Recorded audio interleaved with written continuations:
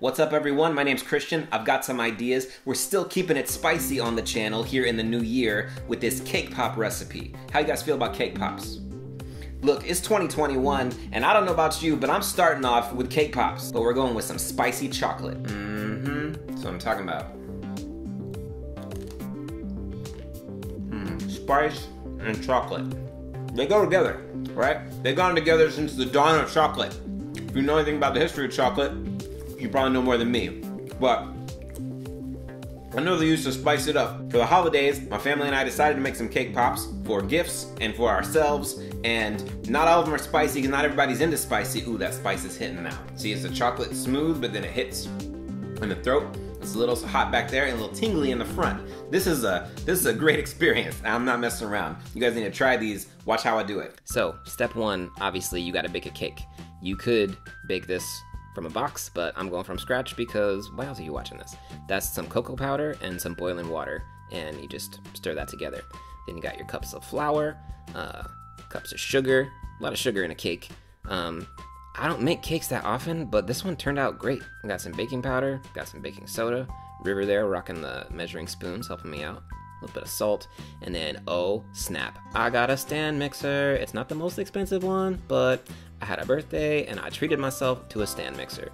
So if you watched any of my recipes on Instagram and heard all the shade that I threw about the dough hooks, I got dough hooks now. I'm part of the dough hook club. What else we put in there? Some oil, some vanilla, some sour cream going in the chocolate cake, some eggs. See, now we got our wet ingredients. We done mixed up our dry ingredients.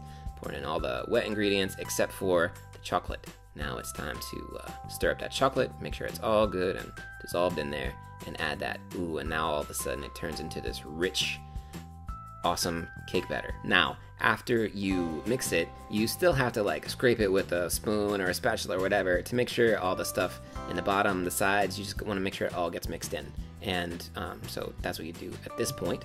And preparing those cake tins. This is the method that I used with the cooking spray and the parchment. There's like tons of other ways to do these, but yo, you bake those joints. While you're baking them, you can make your buttercream. Oh snap, I feel like I'm on the Great British Bake Off, except I got so much time making my own buttercream. You could just buy some frosting too, but why? Why do that when you could make your own buttercream? Look at these cakes come out. I made some pretty good chocolate cakes, y'all. They come out looking all steamy, looking all nice and chocolatey. First thing you do, you wreck it, okay? So you drop it into a pan and then you just smash it. Because what a cake pop is a smashed up cake, okay? Mixed with frosting, basically. So I took one whole cake and just mashed it up until everything was like, you know, pretty fine. And then I put in some buttercream. Oh, that's some thick buttercream too, some thick frosting, but that's fine for this. Basically, mix that all together and this is your cake pop. It's mashed up cake and frosting mixed together until you can form it into a ball. And yeah, I mean, that's it, right? You kind of make some, the consistency is kind of important because if it's too loose, it's not going to stay together. And if it's too, but these worked out. They look like little brownie bites, little fudgy brownie bites. Okay, now I made two other kinds because I wanted a variety. So with this one, I did half the cake, and then I had a little bit of the frosting that I had put some peppermint extract in. So I'm making a mint chocolate cake pop. I know not everybody's into mint and chocolate, but I am. That is a thing that I like. River likes it too. And then I did another one, and instead of frosting, I used peanut butter. Now, I wasn't sure if this was gonna work, because peanut butter and frosting, not quite the same. Y'all saw that frosting I was using was real thick, that fresh buttercream.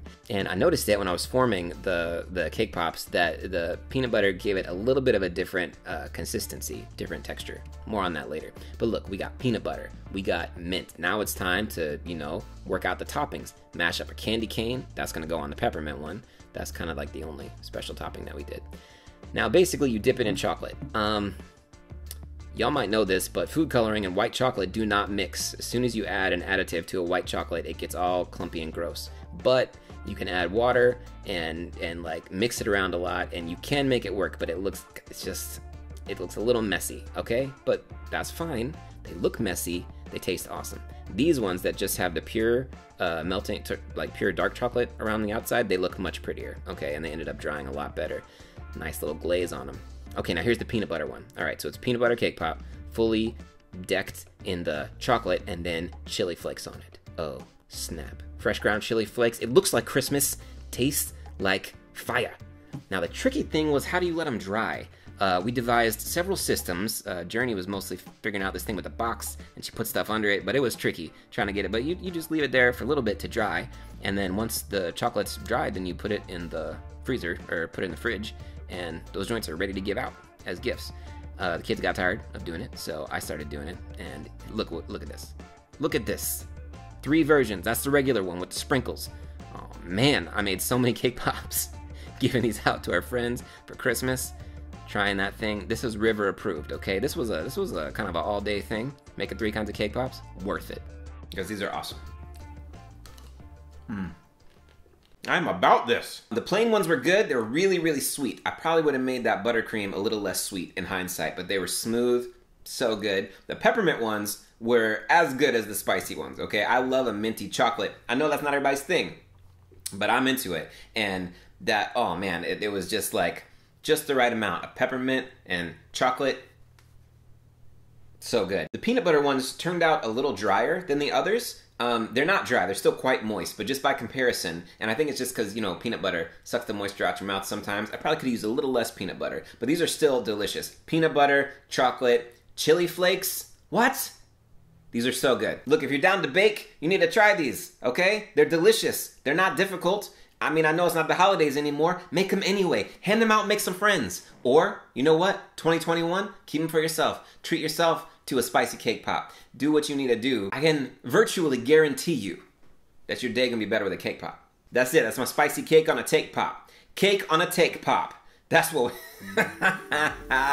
that's my spicy take on a cake pop.